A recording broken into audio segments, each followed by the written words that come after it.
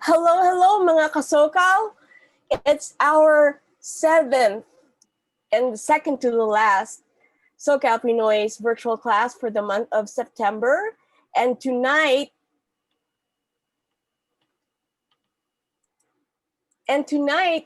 we have something that everyone's been looking out for. Like, everyone's been asking for this class.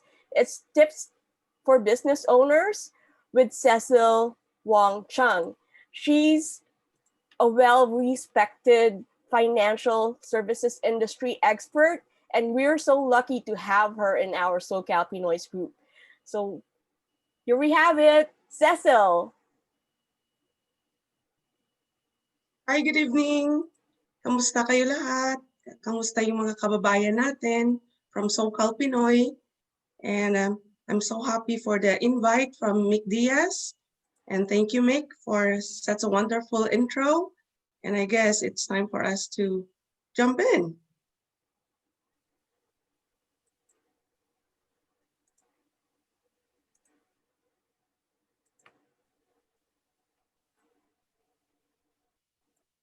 Okay, so we're going with the tips. All right, we have a little bit of disclaimer just to be on the safe side and for reasons that you need to check with your tax consultant or for some other legal advice, always go to your legal and tax advisors. For the reason of the class tonight is just for info sharing. All right, so the first tip that I like to share with business owners is mission and vision statement. Primarily before jumping into any type of business, it's always nice to have your own vision and mission statement all combined together. So it's coming from a dream. First, you have a dream, and then from a dream, you put that into perspectives. Like, you have to write it down. What is it that you're looking into or dreaming to become one in the future? So from there, then you have your own mission statement. But I'm gonna give out some handouts at the end of the day. Somebody, or for some of you who would like to take some samples, or how does it look? What's a mission and vision statement look like? Because we're just constrained on time. So this is just gonna be all bullet points for tonight, and that's not too many. So the second tip I would like to give you is goals. For the goals, you will start to quantify, meaning you need to start doing your numbers, crunching your numbers. This is where we're going to start. The financial planning concept or any type of planning concept for business owners starts here. The first tip, going back to mission or vision and mission statement, it's just practically telling yourself, giving you such definition of what is it that you want to do going forward, whether it's short-term, long-term, or mid-term. But here in the goals, you have to be a bit more specific. So what your goals are, as well as your objectives. This is number 3, tip number 3, objectives. It goes hand in hand with the goals, objectives, and on the number 4 is your action plan. So let's go to number 2, 3, and 4. They have to be on the same page. So action plan is you're putting into action what is it that you want to achieve on a short period of time, on midterm range, as well as on long-term range. It's basically your Bible. This is so basic, and this should be your foundation as a business owner. And going now, we have to be a little bit more formal on number 5. What entity type you want it to be? Would you like to be a sole proprietorship, or would you like to be a partnership entity or an LLC? But remember, on LLC, we have 2 types of LLC. Whether you're gonna be a disregarded type of LLC, which is really a sole proprietorship type of LLC, or a partnership type of LLC. So that's the 2 basic type of LLC. And we go to the good ones, which is the corporation. Being a corporate entity, you have two choices, whether you want to be a subchapter S corp or you want to be a C corp, which is basically what most big businesses are as of today. So go back to the entity type. We have 4 major types. We have the sole proprietorship, the partnership, the LLC, and the corporation. So it's something that you would like to take into account going into business or being in the business. Number 6, financials. Know your numbers. Basically, as a business owners, you need to know at least the basic concept of math, plus and minus. That's not enough. It's not perfect as far as accounting is concerned. But for business owners, I always suggest make sure that you know your numbers. How much money coming in, how much money coming out. And other than that, there's more quantifiable variables or quantifiable measurements that you need to do as a business owner. So either you do this yourselves or you hire somebody else to do this for you. But my personal and professional advice, you as a business owner at least need to know your numbers yourselves. Yes, you can hire an outside accounting firm, a bookkeeper, or somebody else, but you need to know your own numbers. At the end of the day, it is all about your numbers. That's number 6. 7, record keeping. We want to see, I would say now that we are in the virtual world, it's very easy to keep track of your paper trail, scan them, take a picture of them, save it somewhere. Because we need to make sure, just in case somebody knocks on our door, they want to double check how we report our books or our tax reporting. It's always nice to keep them handy. It's always nice to be able to match what we have. Okay, so that's 7. 8, we have government ordinance. Hello and hello to most of you who are doing some type of cottage industry. Yes, it is allowed in the state of California, but just make sure that your city where you live, your county, as well as the state, all those rules must be met. We have the federal rules, that's different, but we need to comply with that. But make sure that where you are stationed at, where you are domiciled at, you need to comply with the government requirements. So that's what we meant by government ordinance. Next is ethics and privacy. We are Filipinos, we are so-called Pinoys, and we are friendly people. We love to chat, we love to talk about life, but sometimes we also need to respect the privacy of our clients, of our customers. These are the people who gave their business to us to keep us afloat. So please try to keep it private as much as possible. And last, we have reporting requirements. Again, going back to most of you who are in the cottage industry, maybe, it's just a maybe, reporting might not be mandatory, but I will always suggest, make sure to report something at the end of the year. This is for your own good, this is for your own benefit, this is for your own safety. So that's basically our short tips for business owners. Unless you have any questions, then I could just pitch in a little bit of what we do. My name, once again, is Cecilia Wong Chong, known as Cecil Wong Chong. I manage a small consulting, or I would say a boutique consulting firm. And we take care of pretty much everything from your tax reporting, from your business entity, startups, or any types of changes that you need to go through when it comes to paperwork or local government approvals. We can help you with that. So that's what we do. That's our, bread and butter. And of course, we have a little bit of specials for you in case you would like to ask questions or just a simple question. Feel free to reach out to me directly via Messenger as a start, and then we can go from there. I will give you 10 minutes of my time, my personal time. Unless we go forward, you become a client of the firm. We do have a little bit of special going on for services up to $250. You get a $50 off. For services up to $600, we give you $100 off.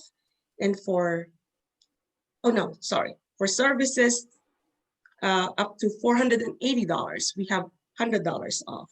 And for services that's about 600 or more, then we give you $150 off. That's our sales pitch, no more and no less. Mick, do you have any other stuff that you want to add? Yes, I do. So I've been looking at our live chat on YouTube, and we do have several questions for you. So there's a there's a question from Comet regarding LLCs. Is it true that to maintain the LLC in California, you have to pay $800 annually? Yes, the answer is yes. It's a mandatory requirement, whether your business makes money at the end of the year or you don't. And remember, for LLC, there's some caveat to that. So just make sure what type of LLC you want it to be. And there's another question from Comet also. If you have 10 apartments in California, do you need to record a separate LLC for each apartment just in case lawsuit occurs? Actually, the answer is no, not necessarily, as long as you have separate books for each of those properties. And I do have It's a good question. sorry. I like that. Thank you so much for answering that. And I do have a question. In our SoCal Pinoys group, there are a lot of new business owners, and we do have a lot of home-based businesses, whether it's, you know, cooking or a shop or any other kind of business. What are your tips for those who have just started their business in light of the pandemic? All right, because we are recorded live, so I just have to, make it clear. This is a general comment, and this is actually what's on the books. All right, that's the only answer I will be able to give you tonight. For most of you guys who are doing some kind of cooking at home, or maybe selling knickknacks here and there online, I always suggest to keep your records in place. At the end of the year, have it reviewed with your tax person, because you're just starting. So it's always nice to have your records in place. Okay, well, that's a really good tip. I have another question from Comet, and this is regarding your answer earlier. So when you said separate books, what do you mean by that? Yes, separate bookkeeping, of course. You need to know each of the properties, whether they are making money, they're losing money, or some changes had occurred in that particular property. Let's say we have property A, B, and C. Let's just keep that. So when I say records, it's really the actual bookkeeping. You as a business owner, just like myself, I want my numbers to be clear. I want my bookkeeping to be in place properly, not just an Excel spreadsheet. Excel spreadsheet is good. It's a good start. Nothing's wrong with that. But once we have those 10 properties, it's something else. You need to know your numbers. You need to have it in place. Okay, so our founder, Charles Chamorro, has a question. There's a person in the group asking for investors for his restaurant idea. What should people look for to determine if an investment is viable or not? Well, first and foremost, I think I saw that comment earlier. I'd seen the post. Didn't make much comment.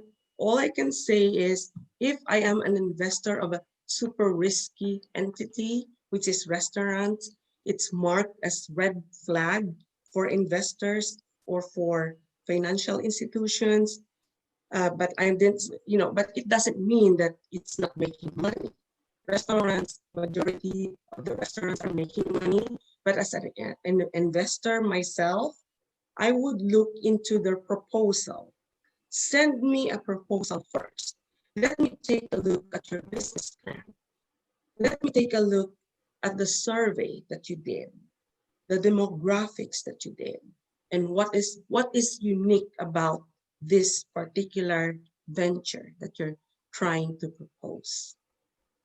And work with a very, very good, I would say, loan underwriter. That's another tip I can give you tonight. Yes. And that I know. Charles is pretty much reading those posts earlier. Thank you, Charles.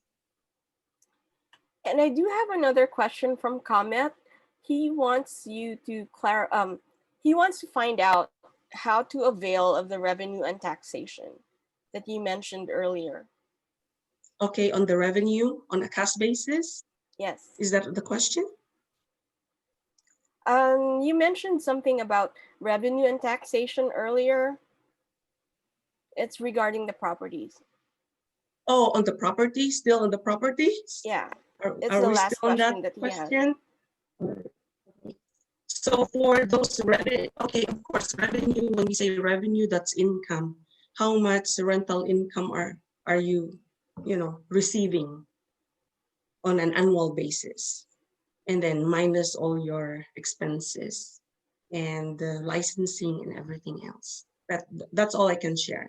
Because honestly, as I said, I can only speak in general terms. I don't know exactly what's going on with those 10 properties. So it's something that if they would consider to sit down and call in for an appointment. Okay, so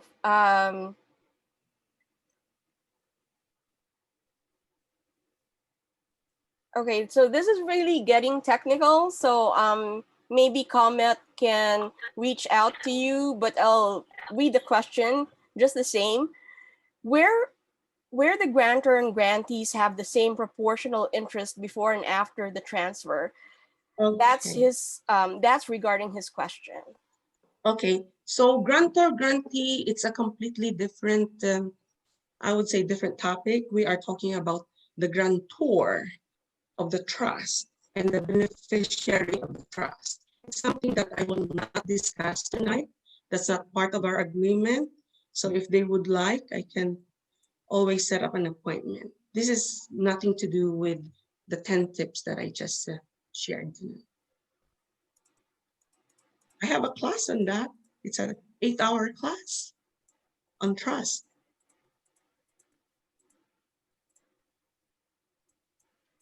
Okay, and I think that's about all the time we have for questions for Q&A. And I do have some reminders for everyone. So everyone, let's thank Cecil for joining us tonight. Thank you so much, and thank you for imparting really invaluable information for everyone. And I'm sure a lot of people will message you directly regarding their own businesses and their own ventures. So thank you so much for participating and sharing with us your wisdom. And I do have some reminders for everyone. Okay. Before the reminders, Mick, just want to say thank you. Thank you to you, Mick. Thank you to So-Called Pinoy. And thank you for all those wonderful questions that you just that pop up this evening. And on behalf of my company, CMC Legacy, as well as CMC Consultants, it's been a fruitful night with So-Called Pinoy tonight. Thank you. Yeah, so I see a lot of people saying thank you on the YouTube live chat. Thank you. And so before we all go, don't go, just stay with me. I have, surprise. I have like really great things coming up. So hang on for just a minute. And so tomorrow, Merle and Baby. So Merle's also watching us on YouTube.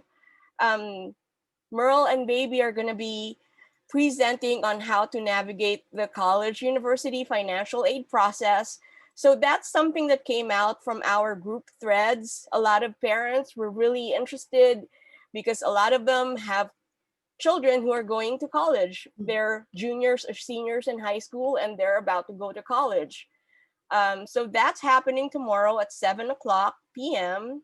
And then our very first SoCal Pinoy's virtual class for October is happening on Friday, October 2nd. That's with Tomas de los Reyes. He's the brand ambassador of Don Papa Rum. So Don Papa Rum is an actual rum company that's in the Philippines, and their rum, their sugarcane is actually grown right next to Mount Canlaon. And so there's something really cool about that. And there's a lot of history about Negros being Sugarlandia, the land of sugar and all of that stuff. And so we're going to learn about a little bit about that history, and we're going to have some fun making cocktails out of Don Papa Rum. So that's happening on Friday, everyone. Don't forget, 7 o'clock p.m. And then I just wanted to say thank you for everyone for supporting our SoCal Pinoy's virtual class. And for the month of October, that's the Filipino American History Month, we have a whole month of classes. Some are, Filipino American History Month themed. So stick around for that. And we're also going to have another contest. We just ended one, right? So we have a new logo and banner and all of that. But now it's time for another contest in celebration of Filipino American History Month. And we're gonna have a songwriting contest.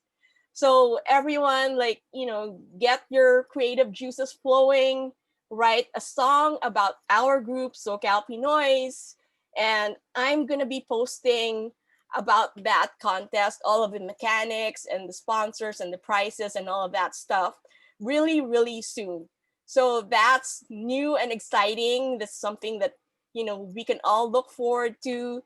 At the end of October, we'll have another winner. And we'll be using that song for our intro and outro song for the videos that we post on YouTube, for our karaoke's, and all of the other media that we use.